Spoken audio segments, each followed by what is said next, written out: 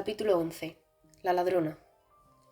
La visión que esperaba Trenza cuando salió de la bodega podría haber alarmado hasta un dragón. El barco que les disparaba estaba mucho más cerca de lo que había esperado, tanto que Trenza distinguía a sus tripulantes en cubierta. La nave enemiga tenía 2 cañones, uno en el castillo de proa y otro en el alcázar. Seguro que habrás escuchado historias sobre enormes navíos con más de una docena de cañones por banda, ¿verdad? Pues en el mundo de Trenza aún no habían llegado a tanto. La mayoría de las embarcaciones tenía un solo cañón, montado sobre una plataforma giratoria. Era frecuente que entre la tripulación hubiera un cañonero encargado de apuntar con él. El sueño de Ott era de esos, y tenía un solo cañón pequeño en proa. En esos momentos, la embarcación contrabandista estaba en plena escora para encargarse, no disparando. Trenza no sabía mucho de maniobras náuticas, así que solo vio que el barco enemigo se avecinaba, y contempló boquiabierta cómo su cañón frontal disparaba hacia el sueño de Ott. La bala dio en el mar de esporas a estribor, entre las 2 embarcaciones, y al contrario que la bala que había atravesado el casco en la bodega, esa estalló al primer impacto, liberando su cargamento de agua en las esporas. Un enorme brote de enredaderas con forma de árbol cobró repentina existencia a centímetros de distancia de Trenza, más enrevesado que la vida amorosa de un bibliotecario. Creedme, son gente muy rara. Sus zarcillos se removieron superponiéndose entre ellos. A Trenza le recordó a su pelo casi todas las mañanas, antes de empuñar el cepillo. Las nudosas enredaderas aferraron el barco, adheridas a la regala.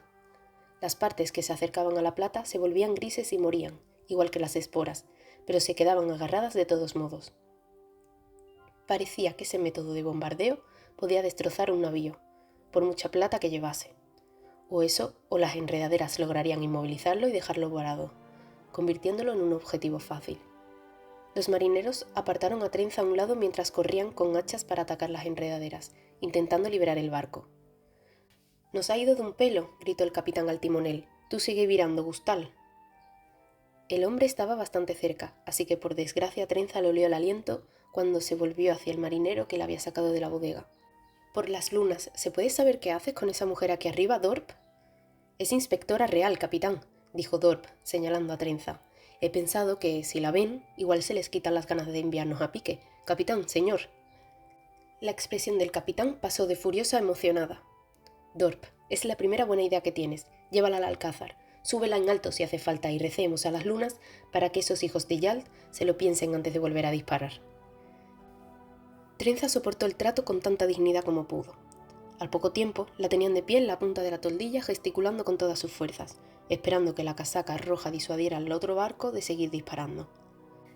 Por desgracia, o la otra nave atacante no la vio o le trajo sin cuidado, porque la siguiente bala de cañón impactó contra el mamparo del alcázar, lo atravesó y dejó hecho un desastre el camarote del capitán. El germinador soltó una maldición. «Menuda idiotez de idea», espetó. Tiró de Trenza por el cuello de la casaca, la bajó de la toldilla y la llevó de vuelta a la bodega para comprobar que no hubiera más agujeros y meterla otra vez en su jaula. Pero de pronto, un segundo después de que entraran en la bodega, el barco dio un bandazo. Fue un movimiento tan brusco que Trenza tropezó y cayó de bruces en las esporas muertas que cubrían el suelo de la bodega. Se apresuró a ponerse a gatas y se sacudió de encima las esporas con manos frenéticas, temerosas. ¿Y si quedaba alguna viva? El germinador la había soltado. «No», dijo volviéndose para mirar escalera arriba. «No, no, no». El barco chirrió a su alrededor, deteniéndose. Entonces quedó en silencio. Hasta los pasos se detuvieron, y a Trenza le costó un momento comprender lo que había sucedido. El bullir, el burbujeo que fluidizaba las esporas, se había detenido. En esencia, el barco había encallado en el mismo océano. Hasta que el bullir empezara de nuevo, estaban atrapados, atascados sin poder moverse. «No, no, no, no», gritó el germinador, olvidándose de Trenza y echó a correr a la escalera. Trenza apenas tardó nada en comprender qué le daba tanto miedo. El cañón enemigo ya estaba apuntando hacia ellos y su barco no se movía. Un segundo más tarde, una bala de cañón entró a través del casco de la popa, abriendo un agujero enorme. Trenza chilló y se cubrió la cabeza mientras la bala surcaba el aire sobre ella y atravesaba la proa del barco sin estallar como habría debido. Trenza se encogió en el suelo, esperando el próximo e inevitable disparo. Pero entonces su pragmatismo se impuso al terror. Dio media vuelta, dejando caer pedazos de madera de su espalda, y miró por el enorme agujero nuevo que había en el casco. Vio el casco enemigo a algo más de 100 metros de distancia, también encallado en el océano. El mar se había vuelto más o menos sólido, o al menos tan sólido como una duna de arena. Estaba hecho de esporas mortíferas, pero se podía andar sobre él, y aunque la gente del barco enemigo quizá quisiera hacerle daño, la tripulación del Sueño de Oth sin duda pretendía hacérselo. No le costó mucho tomar la decisión. Se puso en pie y dejó a un lado la enredadera que había crecido en la bodega, dirigiéndose al agujero. ¡Cuidado!, exclamó la rata desde atrás mientras algo caía sobre ella. El germinador, al ver que se movía, se había arrojado desde los escalones rotos para derribarla. «Vaya, vaya», dijo, «eso sí que es buena idea. Vas a darme saca-saca, y seré yo quien vaya a suplicar que me perdone la vida a esa gente». Empezó a tirarle de la ropa, y Trenza tanteó a su alrededor, desesperada por encontrar un arma. Sus dedos se cerraron en torno a algo metálico, y lo alzaron con fuerza para golpear al marinero en la cabeza. El germinador cayó como los pantalones de un exhibicionista.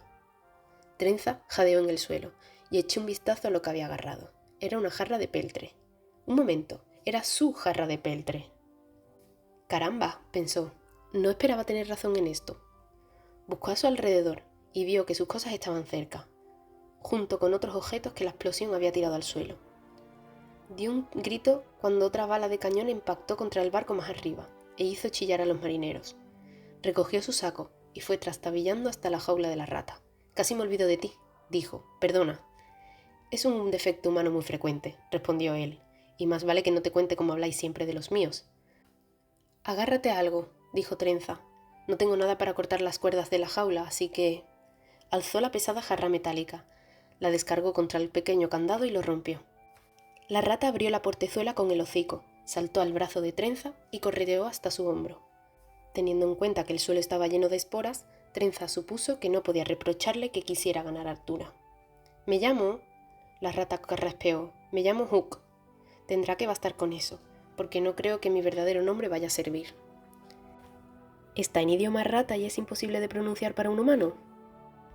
«Poco más o menos», confirmó él mientras Trenza daba media vuelta y caminaba hacia el agujero del casco. «¿Y tú?». «Trenza», respondió ella. «Muy bien, Trenza», dijo Hook. «¿Preparada para hacer algo absolutamente demencial?». «Por desgracia, parece que ahora mi vida consiste en eso», dijo Trenza y salió a las esporas.